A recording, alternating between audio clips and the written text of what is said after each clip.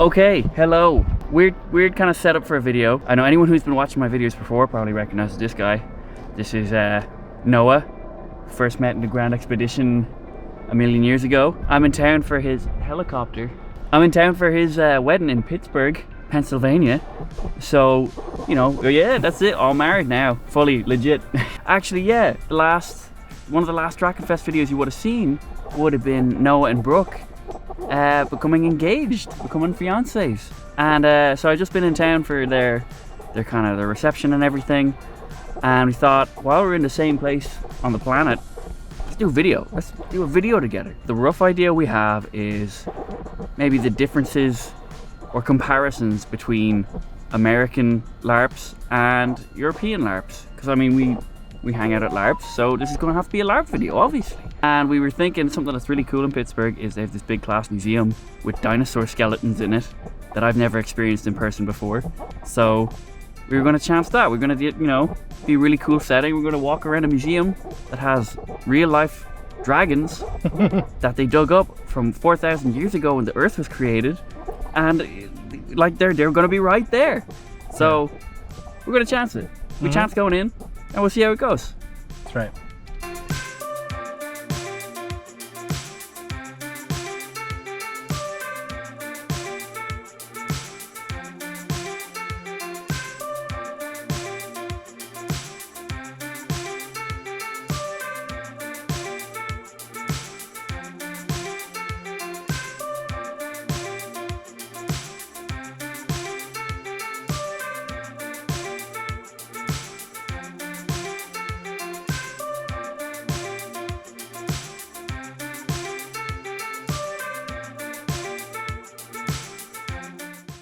Okay, so what is your opinion about playing a character in an American LARP versus a European one?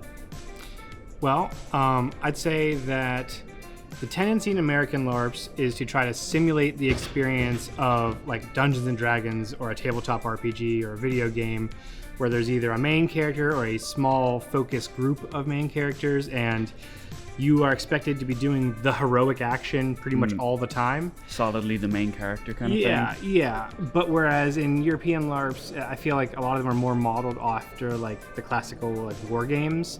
So you're more imagining yourself as more of like one of the little spear carriers in this cool like big unit that's part of a cool army. And just the way you conceive of what your character is and what you'll be doing at the event is very different. So it's like, yeah, because like Drakenfest and stuff, you mentioned to me before about like you're more of like one unit in Warhammer versus like one of the character kind of pieces on a Dungeons and Dragons table. Yeah. Which I kind of prefer that more. And then we're speaking about like the festival like war game events. There's of course a lot more smaller personal style events in Europe as well. But true. But even then it's tailoring to a more intimate experience or something, I guess is how you'd put it.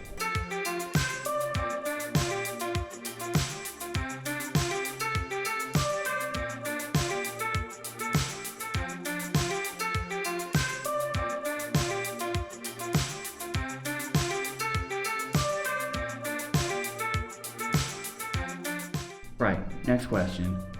How do you find like the fighting in, say, like Drakenfest or German LARPs or European LARPs versus, you know, in America, people are always talking about it's kind of really different here. Yeah. So, first of all, there's just the noise of it, meaning like shouting words and numbers with every swing. You don't really see that much in Germany. There are still like calls and called effects, but they're much less, and you would never in a German LARP see a situation where you're literally making a call with every single swing. Better or worse, do you think, if you had to pick? Maybe I shouldn't force you to though. I mean, I prefer the German style. You know, again, it's a matter of what you're trying to simulate. If you're trying to simulate like a cinematic battle that you might see in like, you know, a Lord of the Rings movie or something, or Game of Thrones or something like that, then the German style is going to give you what you're looking for. However, if you're looking to simulate like an MMO raid boss where you have to like line up your debuffs before you line up your attack powers, and you have to like wear down their resistances in just the right way and use these like really complex combinations of skills and powers. American LARP does that, but it's not as satisfying in terms of theatricality. True.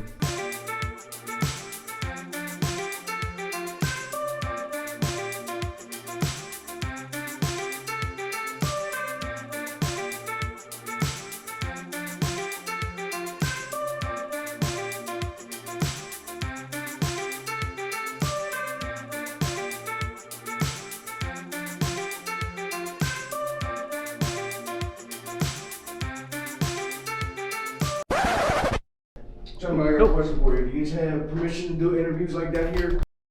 So, we got in trouble. Whatever. They I don't want them to zoom in my video anyway. Yeah, it turns out we weren't allowed to film, but we kind of knew we were chancing it a little bit, which is funny. We're gonna keep going though. Whatever. The video doesn't end there. Would you agree that, because this is something I was thinking about, barrier to entry for German, or not just German LARPs, but European LARPs versus American LARPs? Ooh, that's a tough one, I think there's a perceived very high barrier for entry in the European LARPs, right, because of the quality of costumes that you see in all their media. Yeah. But what you don't realize is, even in like the longer, like cinematic style trailers and stuff, or even like your videos, like you're gonna feature the people that look the best. That's it. So if there's 5,000 people at the event, you can show 500 awesome people, and that's still only 10% of the event. Right.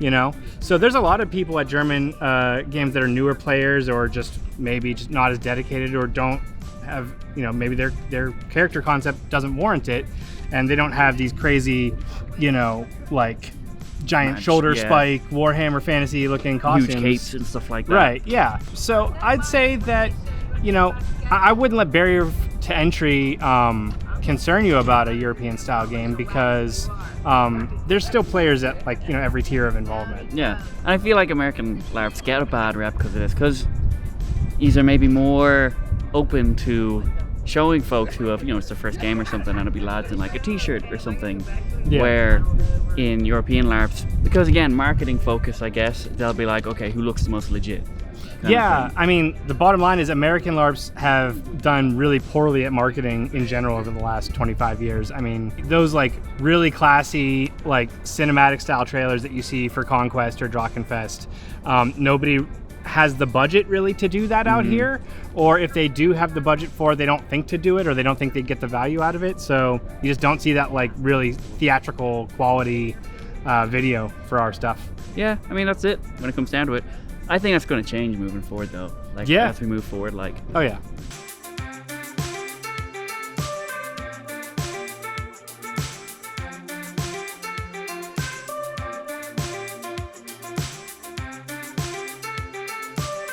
Okay, so it's getting late in the day, so we ran out of museum to go through because they kicked us out.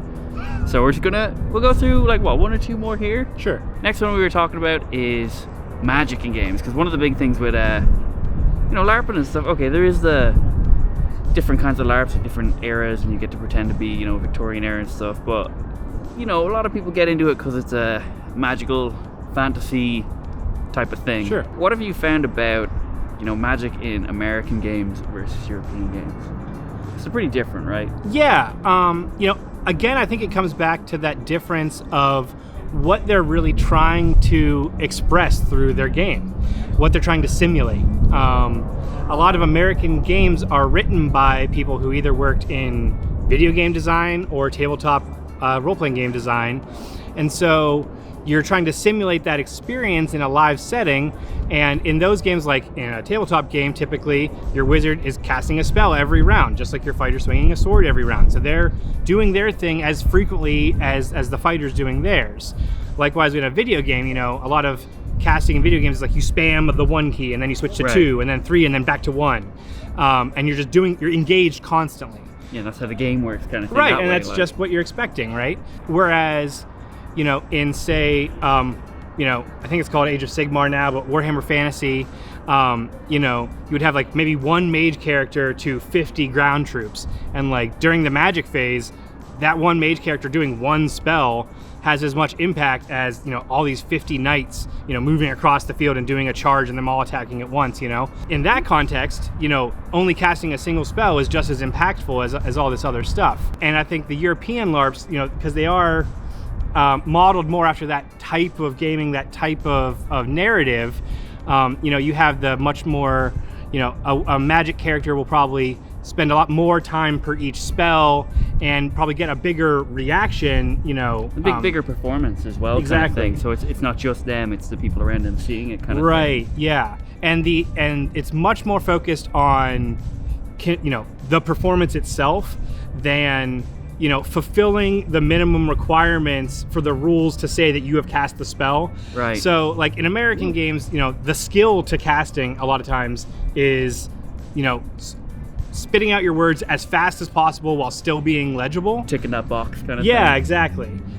Whereas that whole thing is antithetical to the European style. Yeah, like that's a big thing is regardless, even if I was like, oh, you're going to talk about the American, I'll talk about the European, you're way more into the magic part of things on like both accounts in this in this scenario. It is a good point, because it's like, one is to kind of get the thing done, and the other is to like, I guess, tap into the immersiveness for everyone around you as well. At least from what we found in stuff like Dragonfest and Conquest and stuff like that. Yeah. A lot of that has to do with the game design as well, Like, again, a lot of the more video game inspired LARPs, and that is not a negative, by the way. Video games are tons of fun, and wanting to live out a video game is not a crazy thing to want to do. Yeah, no. But, a lot of those types of LARPs will have this idea of, like we said earlier, you gotta hit your right spell combinations in the right order, and you have to get your offensive spells in before the monster can get their defensive spells off, and it's like a race, and there's like a thrill to that. But again, like, it's less of a cinematic experience to be there, and B, it's garbage on film, which is why you never see like any videos you see of American LARPs, it's people standing there looking cool, and you never see them in battle, because American battle is like unfilmable. It looks like garbage. Makes sense. And that's like, not to bring it up, because I think everyone knows it, but like the lightning bolt video that was thrown around. Yeah. It's like, they weren't actually, that wasn't a bad game or anything, I would say. It's like, that's just how the game was played kind of thing. Oh, ultimately, if you're having fun, you're doing it right. That's it. Like, I you can't sit there on your, in your ivory tower and say, like, oh, these pathetic people with their 300-page rule book, like, they're they bad must be. at this. Yeah, do you imagine that even with this long rule book, they're getting together at a campsite and then are just miserable for a weekend? No, they're enjoying themselves. Yeah. It's still fun. Okay, so we struggled to figure out like one last question for the video, and we came to the conclusion of like, what do we feel the future of American LARPs is versus, like, not even versus, but like, compared to the future of European LARPs? What's going to be the big mainstream thing in future for them?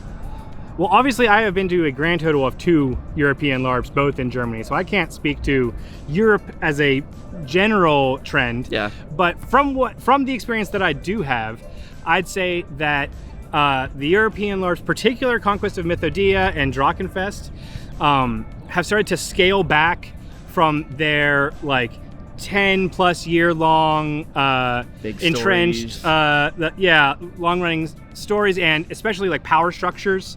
At Mythodia, it used to be kind of commonly known that if you haven't been there for at least 5 years, you can't really get into the top level of play at the event. You're not going to get recognized by the SLs or the GMs. Yeah, you're not going to have a big impact on the story at that point, right? Like, unless you're entrenched in it too. And so a lot of the European games have been making a lot of effort to lower that bar of accessibility and make their game a lot more attractive to new players, and make your new player experience a lot more like impactful. Also, we don't know the future, so it's just throwing it out there. Yeah, pure speculation. What do you think about the American ones and future of American LARPs? Well, I'd say the opposite. I think that American LARPs are probably broadening out, while European LARPs, or at least the German LARPs, are getting a little bit more smaller focused. We're trying to get more, festival style, bigger style events, a lot more rules light, narrative focused events. You're seeing a lot more limited scope campaigns where it's like, we're running this game for 4 years. At the end of the thing, that's the end of the story, and then maybe we'll run a different one after. That'd be cool. As opposed to just the kind of continuous grind that was the expectation of other games in the past. Because that's going to be way more digestible or whatever. If it's like your first thing you're not being like, well, better roll my sleeves up for the next 8 years. It's going to be like, well, if I like it, it's something I can stick with for this amount of time. Yeah. That sounds awesome. I think it's right as well, and it's going to end up with this like kind of happy middle ground between both in a lot of cases. Like, they're going to meet each other in the middle in a lot of ways. Yeah, especially in things like character progression. I think both regions are scaling back on that. You're not going to see as much the idea of, well, at my first event, you know, I'm going to be 100 times less powerful than someone that's been to 100 events. Yeah. You know, the difference in your individual experience from someone that's brand new to someone that's been to a lot of events shouldn't be that different. You know, your money, you paid the same amount of money for your ticket, so you should have roughly the same amount of fun, you know? Yeah. And I think a lot of both European and American games are embracing that. Yeah, no, it's again, what you said there about like it's going to become, you know, European ones more accessible sort of thing, less barrier to entry. I think that's important across the board. Yeah. So again, I think the key thing as well from all of these points is, I know I kind of framed this clickbaity maybe a bit on my part as like Europe versus America, but like neither is wrong, and both, if you're having fun at a game, that wins. Yeah. Well, yeah, and you can enjoy both at the same time. Yeah. I like am actively participating in both styles of games. I go to Drachenfest every year that they run it, and I actively, you know, run and staff US games as well. Yeah. Also, sorry, my hands are real shaky. I have this little thing I'm holding the camera on, so just I'm gonna look back and be like, why is the footage so shaky? Sorry about that. But yeah, no, this has been really fun, wandering around Pittsburgh, doing a video about LARP. Yeah, so this has been great. If you guys liked what you heard, hit the like button. Actually, you know what? Leave a comment telling us how much you disagree, or if you have anything you want to add to this, anything you think we might have like missed or something, absolutely stick a comment down below. Hopefully you can hear me in spite of the traffic, and hit the bell. Oh, the bell, always the bell. Gotta hit the bell. Mash it. Okay, so we'll probably leave it there. Thanks so much for helping me with this video, man. I really appreciated it. It's been good crack. Anytime, man. It's been great getting kicked out of museums and everything with you. All right, we'll call it there. See you in the next one, guys.